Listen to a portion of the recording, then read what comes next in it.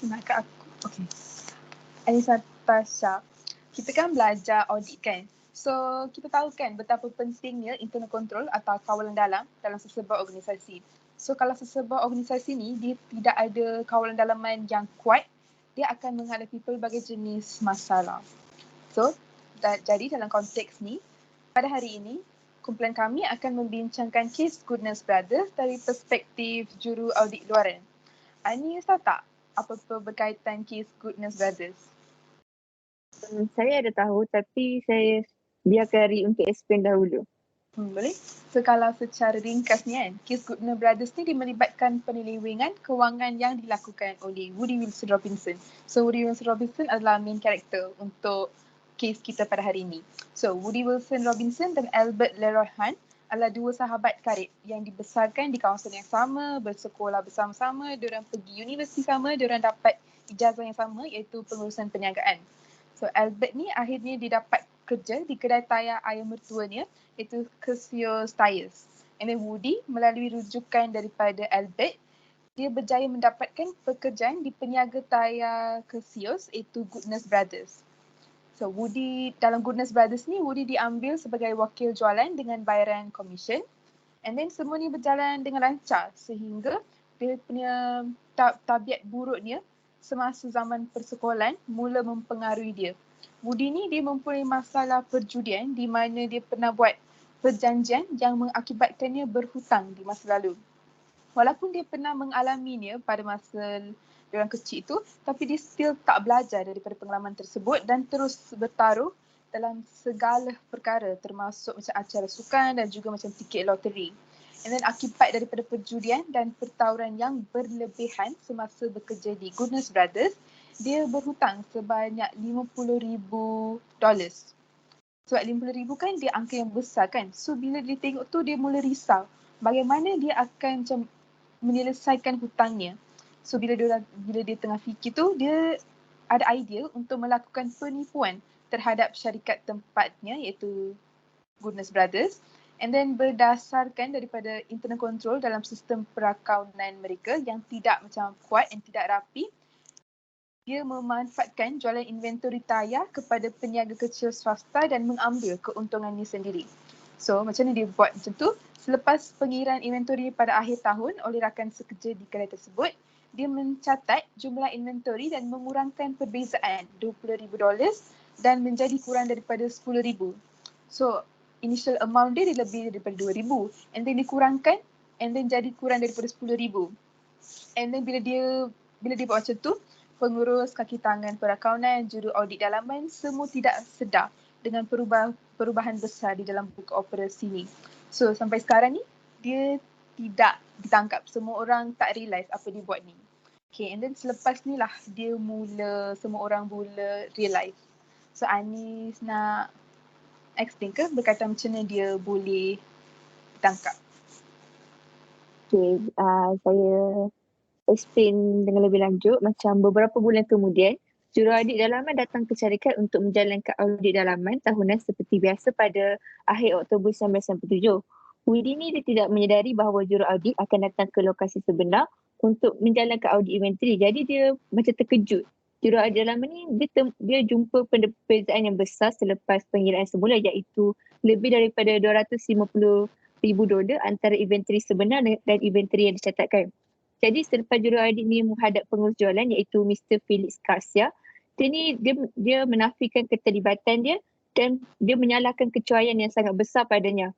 Setelah Mr. Garcia ni diberhentikan sementara, juru audit bebas yang lain kemudian datang untuk sahkan semula inventory tayar. Mereka juga dapati kekurangan sebanyak $250,000 dan kali ini juru audit bebas menjadi curiga. Dia pun curiga terhadap Woody iaitu wakil jualan tersebut. Woody ni dia mendapat banyak aduan pelanggan dan apabila dihadapkan dengan penemuan penipuan tu, dia terus menafikan dan meminta bantuan peguam. Goodness Brothers ni dia mengemukakan aduan jenayah terhadap Woody Robinson 2 minggu selepas dia enggan, dia tak mau bincangkan kekurangan inventory. Woody ni dia dijatuhkan hukuman penjara selama 5 tahun atas tuduhan pencurian besar, tetapi hukuman dia ni dipendekkan menjadi 7 bulan dekat penjara minimum kerana dia pengakuan dia terhadap penipuan yang dilakukannya. Walaupun Woody ni menyebut Albert Leroy Hunt dalam pengakuan dia, hakim dia tak dakwa langsung Albert tu. Warner Brothers mengemukakan tuntutan sebanyak $185,000 kerana kerugian yang mereka alami dan mereka menerima $130,000 daripada syarikat insurans mereka. Jadi, ada nak tambah apa-apa ke? So, kalau kita tengok daripada ringkasan untuk isu ni, saya rasa ni je. Okay, so bila kita kaji kes ni, saya sedar bahawa isu utama adalah kekurangan kawalan dalaman dalam organisasi Goodness Brothers yang mengakibatkan penipuan. Macam saya bagi tahu tadi pada permulaan, dalam sesebuah organisasi ni, internal control atau kawalan dalaman dia sangat penting kan. So akibat daripada kekurangan kawalan dalaman tersebut, Goodness Brothers menghadapi konsekuensi yang negatif dan juga memberi kesan yang buruk terhadap keadaan ekonomi syarikat dan juga mengancam diorang punya nama mereka.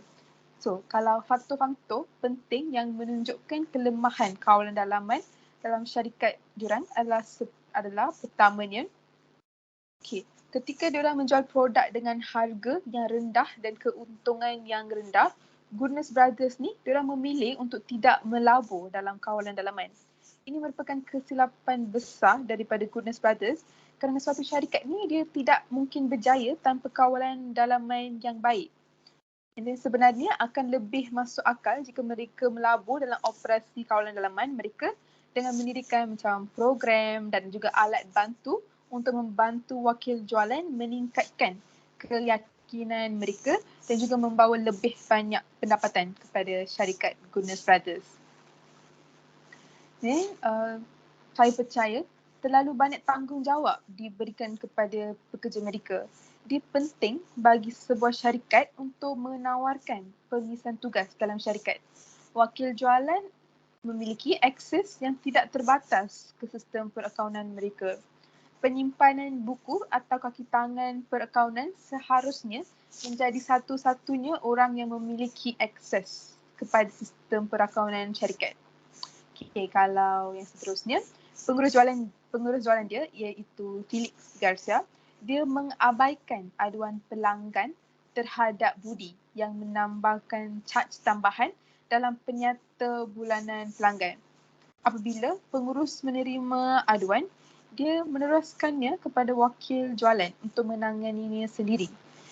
Tapi sepatutnya bila didapat aduan tu dia kena ambil inisiatif sendiri untuk menyelesaikannya, bukan hanya bergantung kepada wakil jualan. Tapi dalam konteks ini menunjukkan kelalaian dan juga kurangnya kehati-hatian daripada pihak pengurus yang menyebabkan kerugian ekonomi syarikat. So kalau daripada pendapat saya juga akan blame juga Felix Garcia, Goodness Brothers sebab kalau pendapat saya diorang pun ada juga kesilapan diorang. Okay, kalau seterusnya. And then pengurusan Goodness Brothers ni, diorang sepatutnya bergantung kepada lebih daripada kejujuran dan integriti. Walaupun sesebuah organisasi, diorang akan kebaik terhadap semua employee diorang kan. Sebab diorang, semua employee tu, diorang akan fikir diorang akan jujur dan integriti kan. Tapi diorang tak boleh sepenuhnya bergantung kepada kejujuran dan integriti semua employee. Sebab ada je yang pekerja tu dia berminda untuk dapat lebih banyak duit kan. So diorang tidak akan jujur. Okay, and then last kali, ketiadaan keselamatan di kedua gudang memberikan peluang kepada Woody untuk macam mudah mencuri tayar yang membuatnya dengan semakin berani. So kalau diorang ada macam keselamatan yang lebih ketat kan, Woody tak berani pun untuk masuk and then dia mencuri tayar kan. So kalau dalam gudang tayar tu kan, dia tidak ada kamera, dia tidak ada pengawal keselamatan pun di tempat untuk memastikan keselamatan inventory yang menunjukkan kekurangan kawalan dari pasukan pengurusan. So kalau daripada saya rasa itulah macam isu yang paling besar dalam kes ni. Tapi walaupun dia isu besar, dia ada juga kan macam isu-isu macam samping kan. Kalau daripada pendapat Anis rasa apa macam isu lain yang boleh dipertimbangkan dalam kes ni? Bagi pendapat saya, isu lain yang boleh dipertimbangkan dalam kes ini ialah kehilangan kepercayaan dan reputasi syarikat. Ini merupakan isu penting yang perlu dibincangkan dalam konteks kes penipuan kewangan seperti Goodness Brothers. Jadi sebagai juraaudit luar, kita adalah pentinglah untuk kita ketahui kesan negatif yang boleh ditimbulkan oleh penipuan terhadap kepercayaan dari reputasi syarikat. Jadi dalam isu kes kehilangan kepercayaan dari reputasi syarikat ni, kita boleh bincangkan dan pertimbangkan adalah yang pertama, amanah pihak berkepentingan. Penyelewengan kewangan ni boleh merosakkan kepercayaan pihak berkepentingan seperti pelanggan, pemegang saham, orang yang berhutang dan orang awam dalam syarikat. Kehilangan keyakinan ni dia boleh bawa kepada penurunan bahagian pasaran, penurunan nilai saham, kesukaran mendapatkan pembiayaan dan kerosakan reputasi dalam masa jangka panjang. Okay, jadi sebagai juraudik luar adalah perlu untuk kita berikan pemahaman tentang kepentingan untuk kekalkan kepercayaan pihak yang berkepentingan dan langkah-langkah yang perlu diambil untuk pulihkannya. Yang kedua ialah ketelusan dan pelaporan yang diperbaiki. Untuk kita pulihkan kepercayaan, syarikat mestilah menumpukan pada ketelusan dan pelaporan kewangan yang lebih baik. Jadi sebagai juraudik luar juga, kita boleh berikan nasihat mengenai penggunaan amalan terbaik dalam pelaporan kewangan, termasuklah pendedahan yang jelas tentang langkah-langkah yang kita ambil untuk kita cegah penipuan pada masa depan. Daripada ini kita boleh bantu untuk cegah penipuan masa depan dan untuk membina balik semula kepercayaan pihak yang berminat untuk dengan memberikan mereka maklumat yang tepat dan terperinci. Yang ketiga ialah pemulihan reputasi. Reputasi syarikat kan akan jadi terjejas lah bila ada salah laku kewangan dan memerlukan usaha pemulihan yang teliti. Jadi sebagai juraudik luar juga, kita boleh beri nasihat mengenai strategi pemulihan reputasi. Contohnya seperti melibatkan media dan orang ramai dalam usaha ketelusan, tunjukkan perubahan yang ketara dalam sistem kawalan dan perbaiki hubungan dengan pihak yang berkepentingan melalui komunikasi yang jujur dan terbuka. Dan yang terakhir ialah pematuhan dan peraturan dan piawaian etika. Untuk kita pulihkan kepercayaan, syarikat mestilah tunjukkan komitmen yang kuat kan untuk patuhi peraturan dan piawaian etika. Jadi adalah perlu untuk beri nasihat tentang kepentingan, mematuhi peraturan perkawanan dan etika perniagaan yang terpakai, serta menggalakkan syarikat menjalankan audit dalaman yang ketat dan mengetahui amalan dan mengikuti amalan terbaik dalam kawalan kewangan. Jadi secara keseluruhan, kita mestilah kena jaga reputasi dan pulihkan kepercayaan pihak yang berkepentingan selepas adanya konteks kes penipuan, penyelewengan kewangan dalam syarikat kita. Jadi ada apa-apa selain isu kita nak bahaskan ataupun apa? Betul juga. Saya pun setuju dengan pendapat Anis di mana isu lain selain daripada isu utama tu, bila sesebuah company tu diorang, contoh ni kan sebab tadi saya bagi tahu, bila diorang dapat aduan daripada pelanggan, diorang tak ambil kisah, diorang tak ambil peduli dan diorang tak ambil serius berkaitan benda tu. So bila diorang buat macam tu, pelanggan pun dia akan hilang kepercayaan kan. So saya rasa tu merupakan salah satu isu yang agak penting juga. Okay, seterusnya. Dalam kes ni, sebenarnya dia ada beberapa objektif kawalan dalaman yang perlu dijalankan oleh pejabat jualan Goodness Huntington. Antara objektifnya ialah kebolehpercayaan pelaporan kewangan. Macam yang kita tahu, penyediaan pelaporan kewangan adalah untuk kegunaan luaran dan juga dalaman. Jadi, kawalan hendaklah berupaya mencegah jurujual daripada merekod sendiri hasil jualan mereka secara langsung ke dalam sistem tanpa dokumen yang lengkap. Sebab dekat sini, kalau jurujual tu boleh rekod sendiri jualannya tanpa sebarang dokumen lengkap, kebarangkalian penipuan dalam merekod satu transaksi itu tinggi. Yang mana jumlah yang direkod mungkin tak sama dengan yang sebenarnya macam dalam kes Woody ni. Selain itu, keselamatan dan pengawalan aset fizikal atau inventory. Dalam hal ni, kaki tangan pejabat jalan perlu pastikan bahawa akses ke atas aset fizikal dan sistem maklumat perlu dikawal dan diawasi dengan betul oleh pegawai yang diberi kuasa.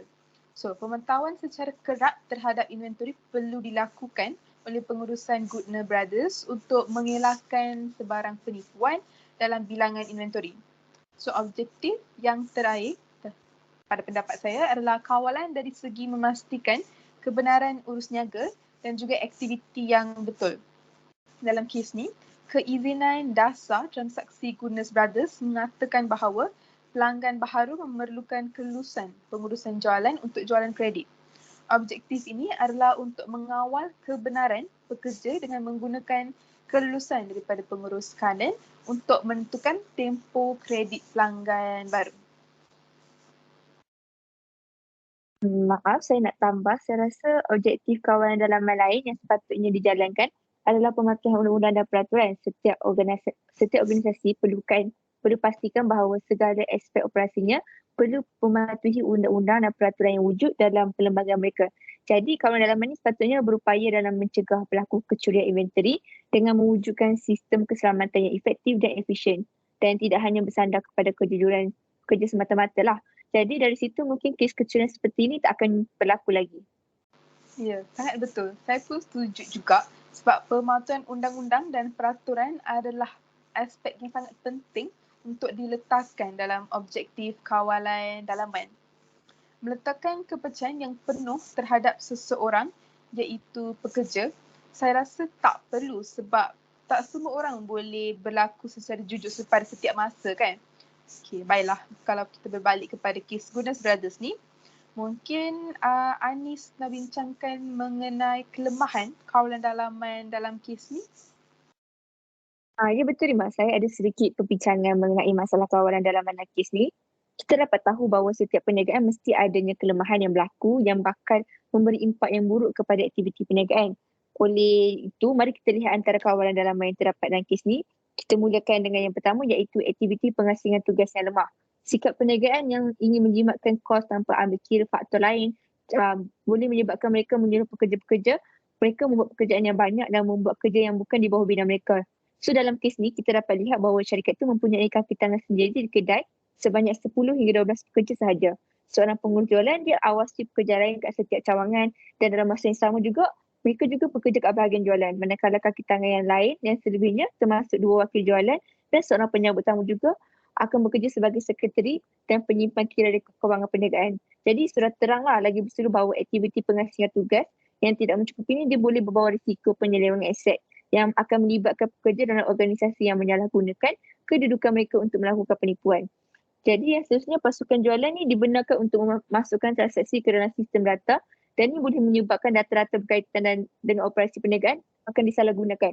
Budi yang telah dilantik sebagai wakil jualan oleh Goodness Brother, dia telah dibenarkan untuk melakukan akses kepada aktiviti keluar masuk inventory, sistem perekonomian dan pesanan jualan di perniagaan itu. Jadi sebabkan tu dia telah melakukan penyelewengan ke atas data yang direkod bagi untuk mudahkan dia mencuri inventory tersebut dan jual balik tarikh tersebut bagi menampung hutang yang telah dilakukan oleh Budi itu. Yang ketiga, kawalan yang tidak mencukupi ke atas inventory. Kenapa saya kata macam ni adalah terbukti bahawa inventory di syarikat ini adalah mudah untuk dicuri kerana inventory tersebut mudah untuk membawa masuk dan dibawa keluar oleh pekerja. Jadi menurut kes ni, Woody ni dia dipercayai melakukan penyelewengan dengan menjual tayar sekitar 10% daripada inventory di penyimpanan inventory yang berlaku di Huntington. Jadi ni Woody ni sudah mahir dalam kawalan ke atas inventory syarikat kerana dia mempunyai kawalan yang sangat mudah untuk dilakukan. Jadi aktiviti penyelewengan ini telah dilakukan oleh Woody dengan sangat mudah dan cepat kerana dia didorong terhadap kawalan ke atas inventory yang sangat lemah dan ke atas sistem yang digunakan. Itu sahaja antara kawalan dalaman yang saya boleh berikan. Ada lagi Rima nak tambah ke apa ke? Saya juga nak tambah berkaitan kelemahan dalam kawalan dalaman diorang tu, iaitu dalam kawalan dalaman diorang tu dia tak ada pengawasan atau semakan diperlukan dalam perniagaan Goodness Brothers. So dalam kes Goodness Brothers ni, pengurus di Huntington iaitu Garcia telah mengabaikan aduan daripada pelanggan mereka yang berkaitan dengan charge yang dikenakan ke atas bil dan isu yang dilakukan oleh Woody. Oleh yang demikian, Huntington perlu membuat semakan atau mengambil bahagian ke atas aktiviti perniagaan bagi membolehkan syarikat ini beroperasi dengan lebih efektifnya. Okey, seterusnya, salah satu kelemahan yang saya boleh fikirkan adalah ketiadaan tanda tangan yang diperlukan untuk sebarang transaksi. So, ketepatan dalam merekodkan tempahan jualan dan belian seringkali berlaku dalam kes ni kerana terdapat maklumat yang hanya ditulis di kertas kewangan saja dan terus diserahkan kepada pengurus kewangan. Hal ini telah menyebabkan maklumat kewangan perniagaan terdedah kepada risiko fraud kerana adanya sikap pekerja yang tidak jujur dalam melaksanakan tugas mereka.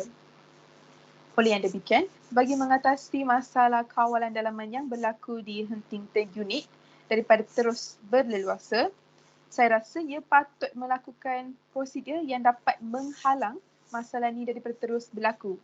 Oleh itu, ada Anis yang ingin memberi idea terhadap prosedur ke atas masalah kawalan dalaman ini.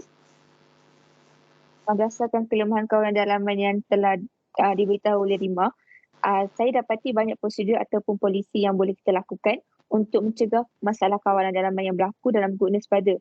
Yang pertama, melakukan pengagihan tugas dengan kita tambah bilangan pekerja dan perincikan skop kerja kerana melalui pengagihan tugas dapat mewujudkan spesifikasi dan batasanlah dalam bidang masing-masing serta dapat elakkan berlakunya pertindihan kerja. Bila adanya pertindihan kerja ni akan menyebabkan perulangan dalam suatu perkara. Bagi proceed ke tahap seterusnya, akan ada orang lain yang akan bertanggungjawab dan harus berikan kebenaran atau semak terlebih dahulu tugasan sebelumnya. Satu perkara yang boleh dilakukan oleh guna ialah memerlukan tanda tangan penyertaan dan transaksi.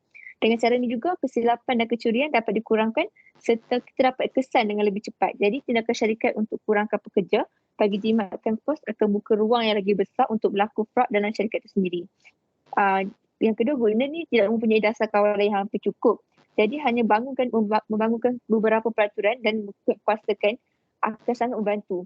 Satu lagi prosedur mudah ialah mempunyai juruk audit dalaman bebas iaitu mengambil kiraan fizikal inventory dengan kerap iaitu secara berkala agar lebihan atau kekurangan itu diketahui dan tak adalah baru dapat tahu sewaktu kita buat stock take dan bukannya dilakukan oleh wakil jualan dan pekerja penghantaran dan pengiraan tersebut hanya berlaku sekali setahun. Guna juga boleh awasi inventory dengan hanya pasang kamera video iaitu CCTV untuk kita tonton atau kita tengok dengan lebih jelas apa yang berlaku perkara ni untuk pastikan setiap aktiviti kat gudang tu boleh diperhatikan. Jadi jika ada aktiviti yang mencurigakan berkaitan keluar masuk inventory ke, boleh kita dapat tahu, boleh kita selidik. Mereka yang mempunyai akses kepada sistem perakanan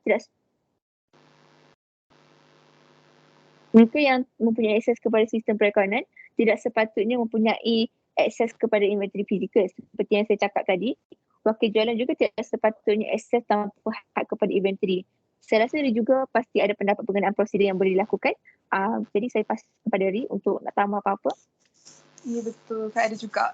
Kalau pada pendapat saya, syarikat tu perlu memperketatkan lagi kawalan akses terhadap maklumat pelanggan mereka dengan cara menetapkan kata laluan yang mana kata laluan itu mempunyai garis panduan ataupun kod khas untuk setiap pekerja bagi mendapatkan akses dalam sistem maklumat tersebut. Melalui penetapan kata laluan ini, syarikat boleh mengakses keluar masuk individu yang telah mengakses sesuatu maklumat dan boleh juga menyelidiki sesuatu perkara dengan lebih berkesan dengan efisien. Okay, saya nak setuju dengan poin prosedur yang dicakapkan tadi. Cuma saya nak tambah sikit bahawa syarikat boleh gunakan sistem inventory berterusan untuk tingkatkan kawalan berbanding sistem inventory berkala kerana nilai inventory mereka besar. Jadi sebagai contoh, kita boleh gunakan automasi macam RFID atau secara manual iaitu barcode. Jadi melalui sistem inventory berterusan dan juga alat yang kita gunakan dapat mengenal pasti sebarang perubahan inventory serta dapat dikemas kini sekaligus. Saya tengok macam Rima macam ada nak sambung ke untuk prosedur ni? Boleh teruskan Rima? Terima kasih Anis. Bila dah dengar prosedur yang kita terangkan, saya berpendapat dengan meningkatkan taraf sistem perakaunan syarikat untuk menangani masalah kawalan dalaman yang ada juga boleh digunakan sebagai prosedur. Contohnya, Huntington Unit boleh menggunakan sistem perekodan jualan dan belian yang sistematik. Yang mana sistem tersebut dia ada detail mengenai bilangan tempahan, nama tempahan, tempat dihantar, bayaran yang diterima akan dapat menjamin kelengkapan dalam maklumat dan juga mengelakkan penyelewengan. Sistem ini juga memudahkan maklumat untuk diakses pada bila-bila masa serta menghasilkan sistem perakaunan yang sistematik pada masa yang akan datang. Langkah-langkah ini perlu dilakukan secara berterusan untuk memastikan kelancaran dan kelangsungan dalam syarikat kerana kawalan dalaman ialah amat penting untuk reputasi syarikat dan juga mempengaruhi operasi dan hasil syarikat. Hai sekali, seperti yang kita ketahui dalam kes ni, Woody Robinson adalah individu yang bertanggungjawab atas kerugian inventory yang perlu ditanggung oleh Goodness Brothers. Namun, terdapat juga beberapa pihak lain selain Woody yang sekurang-kurangnya perlu bertanggungjawab sebahagiannya untuk kerugian tersebut. Boleh Anis bagi tahu siapakah individu tersebut? Individu tersebut adalah Felix Garcia iaitu pengurusan jualan Tintin. Garcia ni dia tidak uruskan inventory dengan betul di mana Garcia ni dia tidak memeriksa rekod inventory dengan inventory sebenar dalam gudang. Perkara ni telah memudahkan Woody untuk jalankan pencurian dia inventory dengan mudah kerana kekurangan dalam inventory syarikat tidak dapat dikesan kerana rekod inventory tidak dicatat dengan betul. Betul, saya setuju juga. And then saya nak tambah sikit. Felix Garcia juga tidak mengambil berat tentang bilangan aduan yang luar biasa oleh pelanggan yang difailkan terhadap Woody berkaitan charge yang dikenakan dalam penyata bulanan mereka. Apabila mendapat aduan, Garcia diterus menyerahkan kepada wakil jualan untuk mengendalikan hal itu. Garcia juga mengekalkan aduan pelanggan tersebut hanya kerana dia disuruh untuk melakukan kerja itu oleh pengurus jualan terdahulu. Jika tidak, dia pasti akan mengabaikannya. Tak silap saya, Albert Han iaitu rakan baik Woody juga pemilik dan pengendali Cassius Tire juga dia bertanggungjawab kerana dia mempunyai syak wasangka tentang Woody yang dijual tayar pada harga yang rendah dan secara bersendirian, tetapi dia tidak lakukan apa-apa langsung mengenai dia kerana Albert Han disedar dia akan mendapat keuntungan yang besar apabila beli tayar pada harga yang rendah daripada Woody. Jadi Albert Han sepatutnya melaporkan syak wasangka tersebut kepada pihak atasan guna setelah tahu bahawa pembuka utama tayar yang dikatakan Woody itu sebenarnya tak pernah pun menjual barang niaga mereka kepada individu. Betul. Kalau pada pendapat saya, seluruh kaki tangan pengurusan di Goodness Brothers juga harus sekurang-kurangnya bertanggungjawab kerana mereka sepatutnya tahu bahawa kawalan dalaman yang baik adalah sangat diperlukan. Saya rasa mungkin sampai sini sahaja kot perbincangan kes Goodness Brothers ni pada hari ini. Ada Anis nak tambah ke? Rasanya saya dah habis dah. Okay. Kalau tak ada, saya nak ucapkan terima kasih atas kesudian untuk meluangkan masa untuk perbincangan terhadap kes Goodness Brothers. Sekian, terima kasih. Terima kasih.